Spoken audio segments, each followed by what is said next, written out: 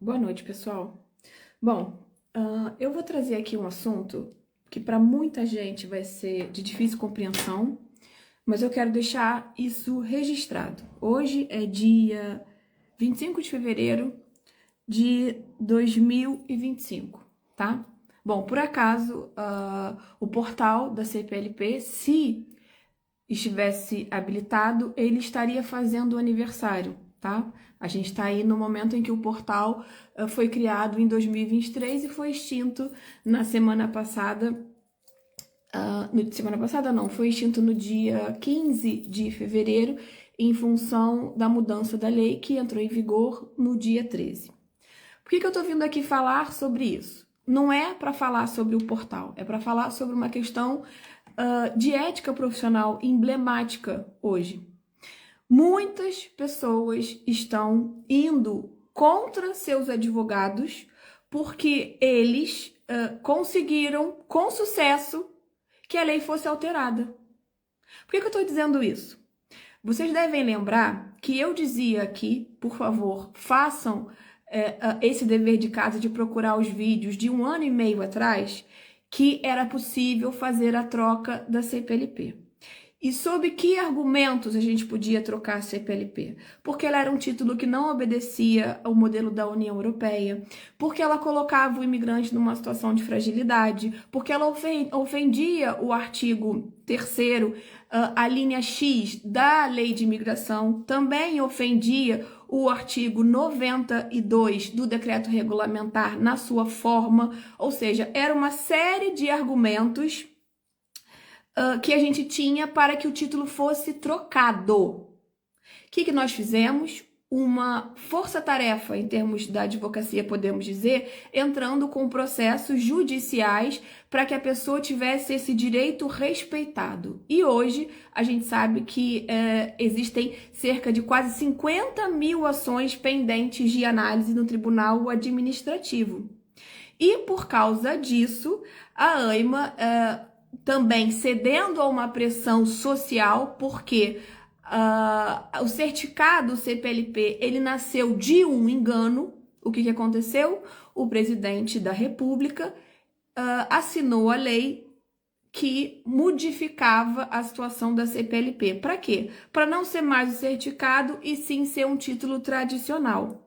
O objetivo da troca das ações de CPLP era justamente esse: trazer um cartão tradicional à mão das pessoas. Então, muito embora não se consiga perceber hoje o que está acontecendo, isso é fruto do trabalho dos advogados. Vocês me desculpem quem pensa diferente, porque a pessoa precisa saber fazer uma análise política e jurídica da situação. E é por isso que eu estou trazendo aqui, em destaque, o Acórdão 11, de 6 de junho de 2024, que trouxe para nós imigrantes, o direito de um título de residência ser analisado em 90 dias.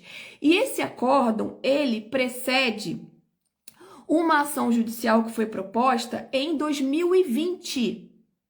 E essa ação judicial foi proposta num conjunto de regras e interpretações da época que não conferia esse direito imediato. Mas parabéns ao grupo dos advogados, né, que a gente compõe, que fez com que esse direito passasse a ter um efeito que a gente chama de repercussão geral. Mas para que isso acontecesse, esse grupo, né, compondo essa estratégia jurídica, precisou ir até o último grau da jurisdição. Porque todas as outras decisões que precederam a decisão do STA foram negativas. Sabe o que significa? Que a pessoa entrou com o processo e mesmo que ela tivesse o direito que estava lá escrito no artigo 82, inciso 5, de uma decisão a respeito de um título de residência, de um pedido de autorização de residência ser analisado em 90 dias, isso não era respeitado. E como não era respeitado, fez-se disso uma coisa comum. E as pessoas passavam anos à mercê de uma análise da manifestação de interesse. A partir desta decisão é que o efeito passou a ser de repercussão geral. Mas para quem? para as pessoas que entram com processo judicial. E por quê? Porque o judiciário não pode interferir nas ações do poder executivo, a menos que esse venha a um incumprimento e esse incumprimento seja tratado na via judicial. Mas de tantas ações que foram propostas, o que o governo acabou por fazer? Acatar um clamor público e o legislativo, na sua função, alterou a lei. E é claro que também houve uma situação sui generis, né, que a própria União Europeia impunha esse dever de troca porque Portugal respondia a uma infração perante a União Europeia porque o modelo da CPLP de papel não atendia aos requisitos de segurança do bloco, tá? Então, queridos, muito me preocupa essa postura de uma pessoa que busca o advogado para ter direito a uma situação que o executivo não cumpre, a partir de uma enxurrada de ações, né? Ou seja, por uma comoção nacional, porque nunca se viu tantas ações distribuídas no Tribunal Administrativo como se viu nesses últimos tempos. E em função do quê? Do trabalho de um advogado, né? Que, na verdade, foi um conjunto de ideias a respeito de um tema, e por causa deste processo foi gerado um acórdão de efeito geral, e todas as pessoas que entrarem na justiça com este argumento, o judiciário tem que respeitar aquilo que está lá determinado na decisão do STA. Então, agora as pessoas estão achando que o advogado é dispensável. Querido, o sucesso do seu processo hoje, ele dependeu de uma pessoa que você nem conhece, que você não faz ideia de quem seja. Mas se você for buscar o acórdão número 11 de 2024, você vai pegar todo o histórico de como essa construção jurídica aconteceu. Então hoje, se a sua residência vai ser resolvida em 90 dias, levanta a mão para o céu, porque teve um advogado que tratou do tema. E ele foi tão empenhado, que ele levou o tema até o último nível. E esse levar o tema até a última instância gerou um direito de efeito coletivo. Por quê? Porque foi um acórdão de decisão coletiva, querendo impor à ANMA uma obrigação jurídica a todos que entrarem na justiça. Como a ANMA estava assoberbada e continua de processos, o que aconteceu? Foi necessário uma mudança na legislação para que todas as pessoas tivessem acesso ao mesmo direito, que era concedido pela via judicial. Muito embora esse trabalho tenha sido feito pelos advogados, o que as pessoas estão dizendo hoje? Não precisamos dos advogados para nada. Por que eu fui entrar com o processo? Na verdade, a ANMA me chamou. A ANMA te chamou, querido, porque você entrou com o processo. A ANMA te chamou porque antes outras pessoas entraram com o processo em tempos pretéritos. A ANMA te chamou por uma decisão de ordem da inteligência, porque se ela não te chamasse, você ia entrar na justiça e o juiz impõe uma multa em caso de descumprimento do prazo. Foi por isso que a ANMA te chamou. Então, na verdade, a ANMA te chamou porque existem advogados operando o direito aqui em Portugal. E aí eu vou dar para vocês um outro exemplo. A nacionalidade, ela tem um prazo indefinido, né?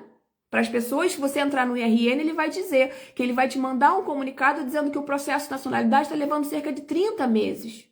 Mas, para o seu conhecimento, isso não é o que está escrito no Código de Procedimento Administrativo. E o IRN é um órgão vinculado à administração pública. Por causa disso, existe também uma ação rodando lá em cima, e eu espero que ela tenha uma repercussão de caráter geral também, que vai dizer que os processos de nacionalidade têm que ser decididos em 90 dias. Que bom que as pessoas, depois que esse acórdão for uniformizado, vão poder entrar com ação também exigindo o cumprimento desse prazo. Mas o que você vai fazer? Muito embora o esforço tenha sido do advogado, quando eventualmente o seu processo de nacionalidade levar menos de 90 dias para ser decidido, você vai achar o seguinte: isso não dependeu de ninguém. Lê do engano. Isso dependeu do esforço, do trabalho hercúleo da mente de um advogado que está empenhado em fazer cumprir a lei. Da mesma maneira que hoje nós não temos uma decisão da ANMA para as pessoas que necessitam entrar com um termo de pedido, ou melhor, precisam entrar com um pedido de residência da CPLP e já se encontram em território. Isso é um direito que está lá no 87A e no 75, mas a ANMA não dá cumprimento a esse direito. Extinguiu a manifestação de interesse no dia 3 de junho, né?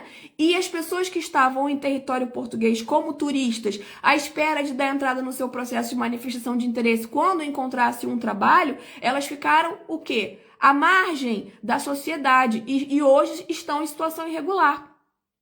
E aí, num pronunciamento que está no jornal, o ministro da Presidência diz claramente: essas pessoas podem voltar ao seu país de origem e pedir o visto. Porque hoje não se vê a luz do dia em que há a possibilidade imediata para que esse botão, né, ou qualquer pedido administrativo da CPLP para turistas esteja disponível. Muito embora o jornal tenha colocado que a partir do ETIAS existe a possibilidade dessa função administrativa, né, nesse comando administrativo passar a estar habilitado, eu tenho as minhas dúvidas quanto a isso. Por quê? Porque vai ser necessário primeiro arrumar a casa. E eu vi um Rios lá no DN sobre um menino chamado Lucas.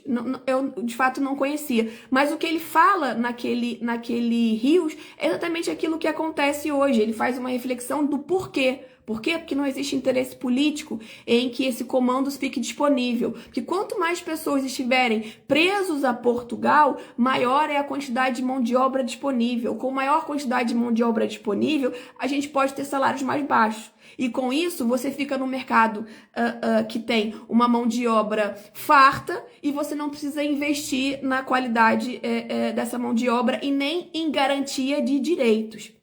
Então, hoje, se você quer tirar o seu título de CPLP e já está em Portugal como turista, qual é a via própria? A via judicial, para que você não venha sofrer um processo de afastamento obrigatório do território, né? Compulsório. Aí eu digo para vocês o seguinte: as pessoas que eventualmente fazem essa opção de pedir aqui autorização de residência sem sair de Portugal ao invés de voltar para o país de origem e pedir o visto, elas entraram com ação judicial, o juiz pode ter o seu tempo para decidir o processo, que é cerca de 90 a 120 dias, e, eventualmente, logo a seguir, por acaso o governo vai lá e abre a porta. Por quê? Muito motivado pelo número de ações judiciais que vão ficar, novamente, assoberbando o tribunal administrativo. A pessoa que entrou com a ação vai dizer assim: ah, por que eu fui entrar com pedido? Porque agora o governo decidiu abrir o botão.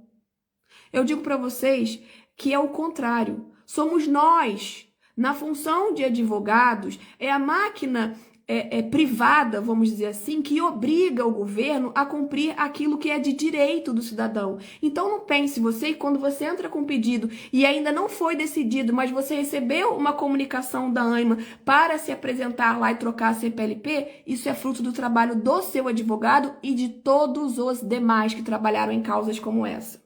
Então, fazer afirmações dessa natureza, que o advogado é dispensável, é você não olhar o quadro como um todo. E aí, o que eu vou dizer para vocês?